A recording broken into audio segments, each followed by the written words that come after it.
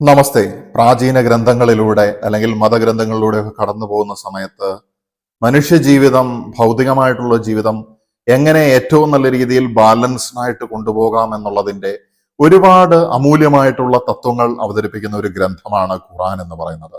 ഖുർആനിലൂടെ കടന്നു പോകുന്ന സമയത്ത് ഒരു മനുഷ്യൻ പണം എങ്ങനെയാണ് വിനിമയം ചെയ്യേണ്ടത്, അല്ലെങ്കിൽ സ്വത്ത്, ധനസമ്പാദനം തുടങ്ങിയ കാര്യങ്ങളിലേക്ക് ശ്രദ്ധിക്കേണ്ടതായിട്ടുള്ള ചില കാര്യങ്ങൾ. എന്തുകൊണ്ടാണ് ഞാനിത് പറയാൻ കാരണം എന്ന് വെച്ച് കഴിഞ്ഞിട്ടുണ്ടെങ്കിൽ, ഞാനൊരു മതപണ്ഡിതനൊന്നുമല്ല, പക്ഷെ ഒരു സാധാരണ വ്യക്തി എന്നുള്ള നിലയ്ക്ക് ഈ ഒരു ഗ്രന്ഥത്തിലൂടെ കടന്നു പോകുന്ന സമയത്ത് പെട്ടെന്ന് നമുക്ക് മനസ്സിൽ സ്ട്രൈക്ക് ചെയ്തതായിട്ടുള്ള ചില കാര്യങ്ങളാണ് ഇവിടെ പറയുന്നത്. അത് ഏതെങ്കിലും ഭാഗങ്ങളെ ഉദ്ധരിച്ചുകൊണ്ടൊന്നുമല്ല പറയുന്നത്. നമ്മൾ മൊത്തത്തിൽ കടന്നു പോകുന്ന സമയത്ത് നമ്മുടെ മനസ്സിൽ തങ്ങി നിൽക്കുന്നതായിട്ടുള്ള ചില കാര്യങ്ങളാണ് പറയുന്നത്. എന്തുകൊണ്ടെന്ന് വെച്ച് കഴിഞ്ഞിട്ടുണ്ടെങ്കിൽ, നമ്മൾ എല്ലാ ഗ്രന്ഥങ്ങളിൽ നിന്നും നല്ലതായിട്ടുള്ള കാര്യങ്ങളെ സ്വീകരിച്ചുകൊണ്ടിരിക്കുന്നു എന്നുള്ളൊരു അപ്രോച്ചാണ് ഫോളോ ചെയ്തുകൊണ്ടിരിക്കുന്നത്. എന്നാൽ ഏതെങ്കിലും ഒരു മതത്തിന്റെ അടിമയായിട്ട് മൂവ് ചെയ്യുന്നുമില്ല. അടിമത്തം അല്ലെങ്കിൽ വർഗീയത അല്ലെങ്കിൽ നിർബന്ധ ബുദ്ധിയായിട്ടുള്ള കാര്യങ്ങളൊക്കെ വരുന്നത് ഈ മതങ്ങളെ മനുഷ്യൻ തെറ്റായിട്ടുള്ള രീതിയിൽ വ്യാഖ്യാനിക്കുന്ന സമയത്ത് ഉണ്ടാകുന്ന കാര്യങ്ങളാണ്. എല്ലാ മനുഷ്യനും എല്ലാ മതങ്ങളും പഠിച്ചിട്ടുണ്ടെങ്കിൽ തന്നെ മതങ്ങൾ അസ്തമിക്കുകയും എല്ലാ മനുഷ്യനും ആത്മീയതയിലേക്ക് എത്തുന്നതായിട്ടുള്ള ഒരു അവസ്ഥയും നമുക്ക് കാണാനായിട്ട് സാധിക്കും. അത്തരത്തിൽ ധനവുമായിട്ട് ബന്ധപ്പെട്ട് നമ്മൾ ഖുർആനിലൂടെ കടന്നു പോകുന്ന സമയത്ത് കാണുന്നതായിട്ടുള്ള ചില പോയിന്റുകൾ ഇവിടെ ലിസ്റ്റ് ഔട്ട് ചെയ്യാനായിട്ട് ആഗ്രഹിക്കുകയാണ്. ഒന്നാമത്തെ കാര്യം എന്ന് പറയുന്നത് ഹലാൽ എന്നുള്ള വാക്ക് തന്നെയാണ്. ഈ വാക്കിനെ പല ആളുകൾ ദുർവ്യാഖ്യാനം ചെയ്ത്, മതത്തിനുള്ളിലുള്ളവരും പുറത്തുള്ളവരും ഒക്കെ പല രീതിയിൽ ദുർവ്യാഖ്യാനം ചെയ്തുകൊണ്ട് മറ്റുള്ള മതസ്ഥർക്ക് ഭയമുണ്ടാക്കുന്ന രീതിയിൽ അല്ലെങ്കിൽ മറ്റു പല രീതിയിലുള്ള തെറ്റിദ്ധാരണകളും ഭയങ്ങളും പരത്തുന്ന രീതിയിൽ വരെ ഈ വാക്കുകളൊക്കെ മാറ്റിമറിച്ചിട്ടുണ്ട്. ഹലാൽ എന്ന് പറയുന്ന സമയത്ത് നല്ല രീതിയിൽ അല്ലെങ്കിൽ നല്ല മാർഗത്തിലൂടെ ഉള്ളതായിട്ടുള്ള പണത്തിന്റെ കാര്യങ്ങൾ എങ്ങനെയാണ് എന്നുള്ളത് ഖുർആനിൽ പറയുന്നതാണ്. അതിൽ ഒന്നാമത്തെ കാര്യം എന്ന് പറയുന്നത്, ന്യായമായ മാർഗങ്ങളിലൂടെ മാത്രം ധനം സമ്പാദിച്ചുകൊണ്ട് ഭൗതികമായിട്ടുള്ള ജീവിതവും ആത്മീയമായിട്ടുള്ള ജീവിതവും തുലനത്തിൽ അല്ലെങ്കിൽ ഒരു ബാലൻസിൽ കൊണ്ടുപോകണം എന്നാണ് ഖുർആൻ പഠിപ്പിക്കുന്നത്. തീർച്ചയായിട്ടും മറ്റു പല മതഗ്രന്ഥങ്ങളിലൂടെ കടന്നു പോകുന്ന സമയത്ത് ഈ ഒരു കാര്യം കാണാനായിട്ട് സാധിക്കും.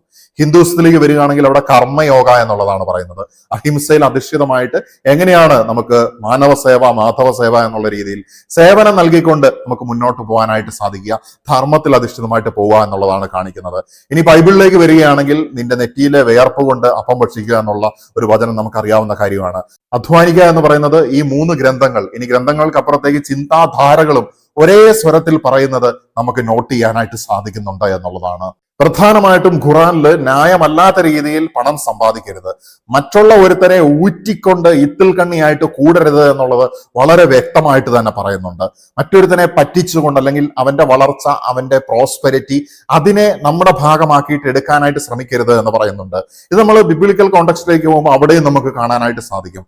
മറ്റുള്ള വ്യക്തിയുടെ സ്വത്തിനെ ആഗ്രഹിക്കാനായിട്ട് പാടില്ല എന്നുള്ളത്. ഇത് നമ്മൾ പ്രാചീന ഭാരതീയ ഗ്രന്ഥങ്ങളിലേക്ക് പോകുന്ന സമയത്ത് പല സ്ഥലങ്ങളിൽ ഇതിനെ ശരിവെക്കുന്നതായിട്ടുള്ള കാര്യങ്ങൾ ഇതിനൊക്കെ മുന്നേ പറഞ്ഞു വെച്ചിരിക്കുന്നത് നമുക്ക് കാണാനായിട്ട് സാധിക്കും എന്നുള്ളതാണ്. വളരെ എക്കാലത്തും നിലനിൽക്കുന്നതായിട്ടുള്ള ഒരു സത്യമാണിത്. വേറെ ഒരുത്തന്റെ സ്വത്തിനെ ആഗ്രഹിക്കാതിരിക്കുക, അല്ലെങ്കിൽ അതിനെ ഊറ്റിയെടുക്കാനായിട്ട് ശ്രമിക്കാതിരിക്കുക, മറ്റൊരുത്തനെ പറ്റിച്ചുകൊണ്ട് വളരാതിരിക്കുക എന്നുള്ളത്. പക്ഷെ നമ്മുടെ സമൂഹത്തിൽ നിന്ന് നടന്നുകൊണ്ടിരിക്കുന്ന ഭൂരിഭാഗം അവസ്ഥകളും എന്താണ് എന്നുള്ളത്, മതങ്ങളിൽ തന്നെ നിൽക്കുന്നവർ അല്ലെങ്കിൽ ഈ ഗ്രന്ഥങ്ങളൊക്കെ അനുസരിച്ച് ജീവിക്കുന്നുവെന്ന് പുറമേ കാണിക്കുന്നതായിട്ടുള്ള വെള്ളയടിച്ച കുഴിമാടങ്ങൾ എന്താണ് ചെയ്യുന്നത് എന്നുള്ളത് നിങ്ങൾ ആലോചിച്ച് നോക്കിയിട്ടുണ്ടെങ്കിൽ മനസ്സിലാവും. പക്ഷേ ന്യായം എന്ന് പറയുന്നത്, സമ്പത്ത് എന്ന് പറയുന്നത് ദൈവത്തിന്റെ ഒരു പരീക്ഷണം കൂടിയാണ് എന്നുള്ളതാണ് ഖുർആൻ നമുക്ക് പഠിപ്പിച്ചു തരുന്നത്. ആ ഒരു വീക്ഷണത്തിൽ നോക്കുന്ന സമയത്ത് സമ്പത്ത് ഉണ്ടാക്കുന്ന സമയത്തും നമുക്ക് ഒരുപാട് പരീക്ഷണങ്ങളുണ്ട്. നമ്മുടെ മുന്നിൽ ഒരുപാട് പ്രലോഭനങ്ങൾ വരും, വലിയ വലിയ ഓപ്പർച്യൂണിറ്റീസ് വരും. തെറ്റായ മാർഗത്തിലൂടെ പണം സമ്പാദിക്കാനുള്ള പല രീതിയിലുള്ള അവസരങ്ങളൊക്കെ ഉണ്ടായിട്ടും അതിനെയൊക്കെ മറികടന്നുകൊണ്ട് നല്ല ന്യായമായിട്ടുള്ള രീതിയിൽ മിതത്വം പാലിച്ചുകൊണ്ട്, അതാണ് അടുത്തതായിട്ട് ഖുർആൻ നമ്മളെ പഠിപ്പിക്കുന്ന ഒരു കാര്യം. നമ്മൾ അമിതമല്ലാത്ത രീതിയിൽ ആവശ്യത്തിന് ബാലൻസ്ഡ് ആയിട്ട് പണം സമ്പാദിച്ചുകൊണ്ട് നമ്മൾ മുന്നോട്ട് പോകുക എന്നുള്ളത്. പണം നമ്മുടെ കയ്യിൽ വന്നു കഴിയുന്ന സമയത്ത് നമുക്ക് ചിലപ്പോൾ അഹങ്കാരം കൂടും, ഗർവ് കൂടും, നമുക്ക് റിജിഡിറ്റി കൂടും, മർക്കടമുഷ്ടി കൂടും. പക്ഷെ ഇങ്ങനെയുള്ള സംഗതികൾ ഒരിക്കലും ജീവിതത്തിലേക്ക് വരാനായിട്ട് പാടില്ല. അതിനുവേണ്ടി ഖുർആൻ പഠിപ്പിക്കുന്ന മറ്റൊരു മരുന്ന് എന്ന് പറയുന്നത് നിങ്ങൾ മറ്റുള്ള ആളുകളെ സഹായിക്കുക എന്നുള്ളതാണ്. എങ്ങനെയാണ് നിങ്ങൾ സഹായിക്കേണ്ടത് എന്നുള്ളതും വളരെ വ്യക്തമായിട്ട് പറയുന്നുണ്ട്. അതായത് നിങ്ങൾ കഷ്ടപ്പാടില് ആണ് എന്നുള്ളത് മനസ്സിൽ കണ്ടുകൊണ്ട് സഹായിക്കുക. നിങ്ങൾക്ക് കഷ്ടത ഉണ്ടായിരുന്നു, അല്ലെങ്കിൽ നാളെ ഇല്ലാത്തൊരു കാലം നിങ്ങൾക്കും വരും എന്നുള്ളത് കണ്ടുകൊണ്ട് ഇല്ലാത്തവനെ സഹായിക്കുക എന്നുള്ളതാണ് ഖുർആൻ നമ്മളെ പഠിപ്പിക്കുന്ന മഹത്തായിട്ടുള്ള മറ്റൊരു കാര്യം എന്ന് പറയുന്നത്. അതുപോലെ തന്നെ ഖുർആൻ രസകരമായിട്ട് പഠിപ്പിക്കുന്ന ഒരു കാര്യം എന്ന് പറയുന്നത്, നിങ്ങൾ പ്രാർത്ഥന കഴിഞ്ഞതിന് ശേഷം പല സ്ഥലങ്ങളിലേക്ക് ചിതറുക എന്ന് വെച്ച് കഴിഞ്ഞിട്ടുണ്ടെങ്കിൽ നിങ്ങളുടെ കർമ്മ മേഖലകളിലേക്ക് പോവുക. പ്രാർത്ഥന, കർമ്മം എന്ന് വെച്ച് കഴിഞ്ഞിട്ടുണ്ടെങ്കിൽ സ്പിരിച്വൽ ലൈഫാണ് പ്രാർത്ഥന കൊണ്ട് ഉദ്ദേശിക്കുന്നത്. അതുപോലെ തന്നെ കർമ്മം എന്ന് പറഞ്ഞിട്ടുണ്ടെങ്കിൽ അവരവരുടേതായിട്ടുള്ള കർമ്മം ചെയ്യുക. ഹിന്ദുവിസവും നമുക്ക് ഈ പറയുന്ന ഇസ്ലാമും ക്ലബ് ചെയ്തുകൊണ്ട് കുറെ കാര്യങ്ങൾ നമുക്ക് പറയാനായിട്ട് സാധിക്കും. ഇതൊക്കെ ആളുകൾ പറയുകയും ഷെയർ ചെയ്യുകയും ചെയ്യുന്ന സമയത്താണ് ഇതെല്ലാം സഹോദരങ്ങളെ പോലെ നിൽക്കേണ്ടതായിട്ടുള്ള ചിന്താധാരകളാണ് എന്നുള്ളത് നമുക്ക് മനസ്സിലാക്കാനായിട്ട് സാധിക്കുന്നത്. പ്രാർത്ഥന കഴിഞ്ഞാൽ ഭൂമിയിൽ ചിതറുകയും അള്ളാഹുവിൽ നിന്ന് അനുഗ്രഹം മേടിക്കുകയും ചെയ്യുക. എന്താണ് ഉദ്ദേശിക്കുന്നത്? പ്രാർത്ഥന കഴിഞ്ഞാൽ പ്രവൃത്തിയിലേക്ക് പോവുക, സ്പിരിച്വൽ ലൈഫ് ബാലൻസ് ചെയ്യുക. അതുപോലെ തന്നെ പ്രവൃത്തിയിലേക്ക് പോയതിനു ശേഷം പകുതി അള്ളാഹുവിന് വിടുക, അല്ലെങ്കിൽ ദൈവത്തിന് വിടുക, പരബ്രഹ്മത്തിന് വിടുക. അള്ളാഹു എന്ന് പറഞ്ഞു കഴിഞ്ഞിട്ടുണ്ടെങ്കിൽ ഏകനായിട്ടുള്ള ദൈവമായിട്ടാണ് ഞാൻ മനസ്സിലാക്കിയത്. അപ്പൊ ഏക ദൈവത്തിലേക്ക് നിങ്ങളുടെ പ്രവർത്തികൾ വിടുന്ന സമയത്ത്, പരബ്രഹ്മത്തിലേക്ക് വിടുന്ന സമയത്ത്, താൻ പാതി ദൈവം പാതി എന്നുള്ള അവസ്ഥയിലേക്ക് വരുന്ന സമയത്ത് ദൈവത്തിന് ഭരമേൽപ്പിക്കുക എന്നുള്ളതാണ് ക്രിസ്ത്യാനിറ്റി പഠിപ്പിക്കുന്നത്. അപ്പൊ ഇങ്ങനെയുള്ള ഒരു അവസ്ഥയിലേക്ക് വരുന്ന സമയത്ത് എന്താണ് സംഭവിക്കുന്നത്? പ്രപഞ്ചത്തിലൂടെ ദൈവം നമ്മളെ നയിക്കുകയാണ്. നമ്മുടെ ജീവിതം എങ്ങനെ ബാലൻസ്ഡ് ആയിട്ട് കൊണ്ടുപോകണം, ഞാൻ എനിക്ക് എന്റെ ഭാഗത്തുനിന്ന് ഇടേണ്ടതായിട്ടുള്ള എഫേർട്ടുകളൊക്കെ ഞാൻ ഇട്ട് കഴിഞ്ഞു. ഇനി എങ്ങനെയാണ് എനിക്ക് അടുത്ത ലെവലിലേക്ക് ഉയരാനായിട്ട് സാധിക്കുക എന്നുള്ളതിനെ കുറിച്ച് നമ്മൾ കൂടുതൽ ആകുലരാകണ്ട എന്നുള്ളതാണ് ഖുർആനിലൂടെ കടന്നു പോകുന്ന സമയത്ത് നമുക്ക് മനസ്സിലാക്കാനായിട്ട് സാധിക്കുന്നത്. എല്ലാ ശ്രമവും ദൈവത്തിൽ അർപ്പിക്കുക എന്ന് പറയുന്നതിനോടൊപ്പം തന്നെ വളരെ ദീർഘവീക്ഷണത്തിലൂടെ ഖുർആൻ പഠിപ്പിക്കുന്ന മറ്റൊരു കാര്യമാണ് പലിശ എന്ന് പറയുന്ന സംഗതി. പലിശ എന്ന് പറയുന്ന സംഗതി നമ്മുടെ നാട്ടിൽ നിന്ന് പല ബിസിനസ്സുകൾ, ബാങ്കിങ് സിസ്റ്റം, ലോണ് പോലുള്ള കാര്യങ്ങളൊക്കെ അതിന്റെ അടിസ്ഥാനത്തിലാണ് നിന്നു പോകുന്നത്. ഒരുപക്ഷെ അന്നത്തെ കാലത്ത് ഇത് പ്രാകൃതമായിട്ടുള്ള ഒരു അവസ്ഥയായിരുന്നിരിക്കാം. ഒരുപാട് പേർ ഇതിന്റെ പ്രശ്നങ്ങൾ കൊണ്ട് വലഞ്ഞിട്ടുണ്ടായിരിക്കാം. അതിനെ ബ്ലോക്ക് ചെയ്യുന്ന രീതിയിൽ, അല്ലെങ്കിൽ ഒരു കാലഘട്ടത്തിനെ ആ ഒരു വിപത്തിൽ നിന്ന് രക്ഷിക്കുന്ന രീതിയിൽ ഖുർആൻ പഠിപ്പിക്കുന്ന ഒരു കാര്യമാണ് പലിശ എന്ന് പറയുന്നത് നിഷിദ്ധമാണ് എന്നുള്ള ഒരു അവസ്ഥ. പരസ്പര സഹകരണമാണ് അവിടെ ഉദ്ദേശിക്കുന്നത്. പലിശ എന്ന് പറയുന്നത് ഒരു അന്യായവും തെറ്റുമാണെന്ന് കണ്ടുകൊണ്ട് ഖുർആൻ അതിനെ നിരോധിച്ചിരിക്കുകയാണ്. സോ ഏത് ഗ്രന്ഥങ്ങളിലൂടെ പോവുകയാണെങ്കിലും നമുക്ക് മഹത്തായിട്ടുള്ള ആശയങ്ങൾ കാണാനായിട്ട് സാധിക്കും. ഖുർആൻ എന്ന് പറയുന്നതിനെ ഒരു മതഗ്രന്ഥമായിട്ട് കാണുന്നതിനപ്പുറത്തേക്ക് പണ്ട് കാലത്തെ ജ്ഞാനത്തിന്റെ ഒരു ശേഖരം എന്നുള്ള രീതിയിൽ കൺസിഡർ ചെയ്യുന്ന സമയത്ത് ബൈബിളിനെയും അതുപോലെ തന്നെ പണ്ടുകാലത്തെ ഒരു ജ്ഞാനത്തിന്റെ ശേഖരം എന്നുള്ള രീതിയിൽ കൺസിഡർ ചെയ്യുന്ന സമയത്ത് ഭഗവത്ഗീതയെയും അല്ലെങ്കിൽ മറ്റു പുരാണങ്ങളെയും വേദങ്ങളെയും ഉപനിഷത്തുകളെയും ഒക്കെ ഈ ഒരു രീതിയിൽ ജ്ഞാനത്തിന്റെ സംഹിതകളായിട്ട് കരുതുന്ന സമയത്ത് നമുക്കിതിൽ നിന്ന് നല്ലത് പിക്ക് ചെയ്യാനായിട്ട് സാധിക്കുകയാണ്. വ്യക്തിപരമായിട്ട് ഞാൻ വിശ്വസിക്കുന്നത് ഓരോ മതങ്ങളും മതഗ്രന്ഥങ്ങളും മനുഷ്യനാൽ പടയ്ക്കപ്പെട്ട സംഗതികൾ തന്നെയാണ്. ഇതിന് പിന്നിൽ ഒരു ആചാര്യൻ ഉണ്ടായിരിക്കും, ഒരു പ്രവാചകൻ ഉണ്ടായിരിക്കും, അല്ലെങ്കിൽ ഒരു ദൈവദൂതൻ എന്നൊക്കെ മനുഷ്യൻ വിളിക്കുന്നതായിട്ടുള്ള ഒരു എൻലൈറ്റൻഡ് മാസ്റ്റർ ഉണ്ടായിരിക്കും. പക്ഷെ അദ്ദേഹത്തിനെ പ്രതി വേറൊരു വ്യക്തിയായിരിക്കും ചിലപ്പോൾ ഈ ഗ്രന്ഥം എഴുതുന്നത്.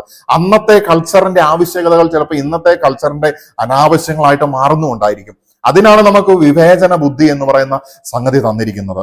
അതുകൊണ്ട് നമ്മൾ പ്രാവുകളെ പോലെ നിഷ്കളങ്കരാവുകയും സർപ്പങ്ങളെ പോലെ വിവേകികളായിക്കൊണ്ടും നമുക്കിതിൽ നിന്നുള്ള നല്ലതെല്ലാം എടുത്തുകൊണ്ട് മനുഷ്യനെ സ്നേഹത്തിൽ നിന്നും സാഹോദര്യത്തിൽ നിന്നും ഭിന്നിപ്പിക്കുന്ന, അല്ലെങ്കിൽ മറ്റുള്ളവന്റെ മതത്തിനെ ലിക്വിഡേറ്റ് ചെയ്തുകൊണ്ട് എന്റെ മതത്തിനെ അവരോധിക്കാനായിട്ടുള്ള ശ്രമങ്ങളെയൊക്കെ തടഞ്ഞുകൊണ്ട്, മതേതരത്വം എന്ന് പറയുന്നത് കപടമായിട്ടുള്ള മതേതരത്വം കൊണ്ട് മുന്നോട്ട് വന്നിട്ട് മറ്റുള്ളവരെ മതത്തിൽ നിന്ന് അകറ്റിയതിനു ശേഷം എന്റെ മതം അവരോധിക്കുന്ന സമയത്താണ് ഇവിടെ പ്രശ്നങ്ങൾ വരുന്നത്. അവിടെയൊക്കെ ഞാൻ വിശ്വസിക്കുന്നത് എന്നുള്ള ഈഗോയാണ് ഏറ്റവും പ്രധാനമായിട്ട് കാണാനായിട്ട് സാധിക്കുന്നത്.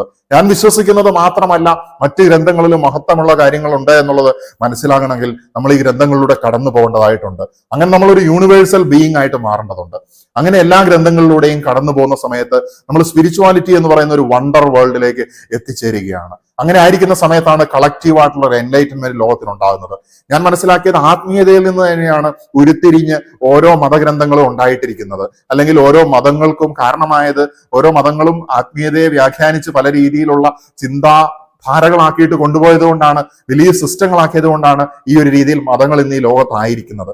പക്ഷെ അതിനെ തെറ്റിദ്ധരിച്ച് നമ്മളൊരു 100 ആളുകളെ ലൈനായിട്ട് നിർത്തിയിട്ട് മുന്നിലുള്ളവന്റെ അടുത്ത് ഒരു കഥ പറഞ്ഞിട്ട് അടുത്തവനോട് ചെവിയിൽ പറഞ്ഞു കൊടുത്ത് അങ്ങനെ പുറകോട്ട് പോകാനായിട്ട് പറഞ്ഞു കഴിഞ്ഞാൽ നമ്മൾ പറഞ്ഞ കഥയായിരിക്കില്ല പുറകിലെത്തുന്നത്. അപ്പൊ ഇത്രയും കാലഘട്ടത്തിന് ശേഷം വ്യാഖ്യാനത്തിലൂടെയും പല രീതിയിലുള്ള സംസ്കാരങ്ങളിലൂടെയും ഒക്കെ കടന്നു വന്നതായിട്ടുള്ള ഗ്രന്ഥങ്ങളിൽ ചിലപ്പോൾ കലർപ്പുകൾ ഉണ്ടായിരിക്കാം. പക്ഷെ നമ്മളുടെ വിവേചന ബുദ്ധി ഉപയോഗിച്ച് അതിനെയൊക്കെ മാറ്റി നമ്മുടെ ആത്യന്തികമായിട്ടുള്ള ലക്ഷ്യം എന്ന് പറയുന്നത് നമ്മുടെയും നമ്മുടെ ചുറ്റിനുള്ള ആളുകളുടെയും ഉന്നമനമാണ് എന്നുള്ളത്, സമാധാനത്തിലും സന്തോഷത്തിലും ഉള്ള ഒരു ജീവിതമാണ് എന്നുള്ളത് നമ്മൾ മനസ്സിലാക്കുന്നത് എപ്പോഴാണോ അപ്പൊ നമുക്ക് സാഹോദര്യത്തിൽ പോകാനായിട്ട് സാധിക്കും. അതുപോലെ തന്നെ നിങ്ങളുടെ ചുറ്റിനും നോക്കിക്കഴിഞ്ഞാൽ നമുക്ക് ഓരോ പ്രശ്നങ്ങൾ ഉണ്ടാകുന്ന സമയത്ത്, പ്രളയം ഉണ്ടായ സമയത്ത്, ഉരുൾപൊട്ടൽ ഉണ്ടായ സമയത്ത് ഇവിടെ മതവും ജാതിയും ഒന്നും നോക്കിയല്ല ആളുകൾ ഒറ്റക്കെട്ടായിട്ട് നിന്നിട്ടുണ്ടായിരുന്നത്. അതിനപ്പുറത്തേക്ക് നമുക്ക് പറയാൻ പറ്റുന്ന ഒരു കാര്യം എന്ന് പറയുന്നത് ചിലപ്പോൾ ചില സോഷ്യൽ മീഡിയകളിലായിരിക്കാം കൂടുതൽ ഹെയ്റ്റ് ക്യാമ്പയിനുകൾ നമ്മൾ കണ്ടിട്ടുണ്ടായിരിക്കുന്നത്. അപ്പൊ ഹെയ്റ്റ് എന്ന് പറയുന്നത് ചില വ്യക്തികളുടെ സ്വാർത്ഥ താല്പര്യമാണ്. മതങ്ങളുടെ അടിസ്ഥാനത്തിൽ അല്ലെങ്കിൽ മറ്റു പല രീതിയിലും മനുഷ്യനെ ഭിന്നിപ്പിച്ചിട്ട് അവനെ ഭരിക്കുക എന്നുള്ള സ്വാർത്ഥ താല്പര്യം, സ്വാർത്ഥമായിട്ടുള്ള ഉദ്ദേശം എന്ന് പറയുന്നത് ചിലപ്പോൾ പൊളിറ്റിക്കൽ അജണ്ട ആയിരിക്കാം, ചിലപ്പോൾ ഫിനാൻഷ്യൽ അജണ്ട ആയിരിക്കാം, മറ്റെന്തെങ്കിലും രീതിയിലുള്ള സംഗതികളായിരിക്കാം. അതിനെ മറികടക്കാൻ മനുഷ്യരെല്ലാവരും ഒരുമിച്ച് നിന്നാൽ സാധിക്കും എന്നുള്ളതാണ്.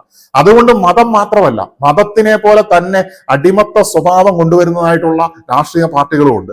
ഈ പാർട്ടികളുടെ അന്ധതയിലേക്ക് പെട്ടുപോയിട്ടുണ്ടെങ്കിൽ ഈ പാർട്ടി എന്ത് തെറ്റ് ചെയ്തിട്ടുണ്ടെങ്കിലും അതിനെ ന്യായീകരിക്കുന്നതായിട്ടുള്ള അവസ്ഥ നമുക്ക് കാണാനായിട്ട് സാധിക്കും. അടിമകളായിട്ടുള്ള അണികളെ കാണാനായിട്ട് സാധിക്കും. സ്വബോധം അല്ലെങ്കിൽ സ്വബുദ്ധി നശിച്ചു പോയിട്ടുള്ള, വിമർശനാത്മകമായിട്ട് ചിന്തിക്കാനായിട്ട് സാധിക്കാത്ത ഇത്തരത്തിലുള്ള വ്യക്തികൾ തന്നെയാണ് ഓരോ പ്രസ്ഥാനങ്ങളുടെയും തകർച്ചയ്ക്ക് കാരണമാകുന്നത് എന്നുള്ളതാണ്. വിനാശകാല വിപരീത ബുദ്ധി എന്നുള്ളതാണ്. അവസാന കാലമാകുന്ന സമയത്ത് ഒരു പ്രസ്ഥാനമായാലും മതമായാലും തകരേണ്ട സമയത്ത് അത് വിനാശമായിട്ടുള്ള രീതിയിൽ പ്രവർത്തിക്കും, അല്ലെങ്കിൽ വിപരീതമായിട്ടുള്ള ബുദ്ധിയിൽ പ്രവർത്തിക്കും. ഒടുവിൽ അത് പരാജയത്തിലേക്കും അല്ലെങ്കിൽ വിനാശത്തിലേക്കും സമ്പൂർണ്ണമായിട്ടുള്ള നാശത്തിലേക്കും എത്തിച്ചേരുകയാണ്. അപ്പോൾ ഒരു വെളുത്ത പ്രതലത്തിനെ വൃത്തികേടാക്കാനായിട്ട് അല്പം മഷി അവിടെ കുടഞ്ഞാൽ മതി, അല്ലെങ്കിൽ അല്പം നിറം അവിടെ അനാവശ്യമായിട്ട് ഒഴിച്ചിട്ടുണ്ടെങ്കിൽ ആ ഒരു നിർമ്മലമായിട്ടുള്ള സംഗതി മുഴുവൻ മാറിപ്പോവുകയാണ്. എന്ന് പറഞ്ഞ പോലെ എത്ര മഹത്തരമായിട്ടുള്ള ഗ്രന്ഥമായാലും പ്രസ്ഥാനമായാലും ഒരു കലർപ്പ് അതിൻ്റെ ഇടയിൽ കടന്നുകൂടിയിട്ടുണ്ടെങ്കിൽ അതൊരു ട്രോജൻ വൈറസിനെ പോലെ അതിൻ്റെ ഉള്ളിൽ ഇരുന്നുകൊണ്ട് പിന്നീട് കാലം കഴിയുന്നതോറും അത് കൂടുതൽ ശക്തിമത്തായിട്ട് മാറി പ്രസ്ഥാനങ്ങളെ തകർക്കും എന്നുള്ളതാണ്. അപ്പൊ പ്രസ്ഥാനത്തിന്റെ, രാഷ്ട്രീയത്തിന്റെ, മതത്തിന്റെ ഒന്നും അടിമകളല്ല നമ്മൾ. മനുഷ്യത്വം എന്ന് പറയുന്നതിന്റെ അല്ലെങ്കിൽ മനുഷ്യത്വത്തിന്റെ ഏറ്റവും പൂർത്തീകരണമായിട്ടുള്ള ദൈവത്വത്തിലേക്ക് ഉയരാനായിട്ട് ശ്രമിച്ചുകൊണ്ടിരിക്കുന്ന വ്യക്തികളാണ് എന്നുള്ളത് ശക്തമായിട്ട് ഇവിടെ ഓർമ്മിപ്പിച്ചുകൊണ്ട് നമ്മൾ എല്ലാ ചുഴികളുടെ ഉള്ളിൽ നിന്നും പുറത്തേക്ക് വരൂ എന്ന് പറഞ്ഞുകൊണ്ട് ഞാൻ നിർത്തുകയാണ്. നമസ്തേ.